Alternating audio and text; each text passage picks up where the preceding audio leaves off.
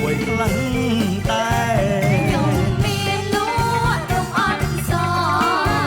នំកងវិញតែអូដល់ឆ្ងាញ់ហើយដល់ឆ្ងាញ់ហើយបងហោហើយថាក៏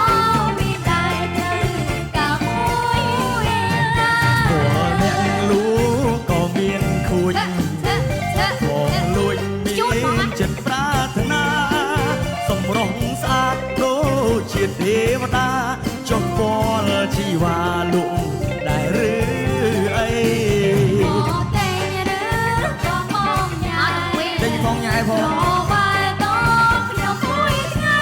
ចង់ញ៉ែហ្នឹងខ្ញុំហើយខ្ញុំមកស្ដីមកញ៉ាយស្រីឬមកធ្វើបន់សងជប់ស្នេហ៍